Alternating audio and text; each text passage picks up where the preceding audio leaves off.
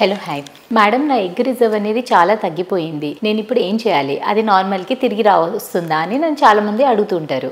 నేను మీ డాక్టర్ పూర్ణిమ బట్టల, consultant gynaecologist and fertility specialist.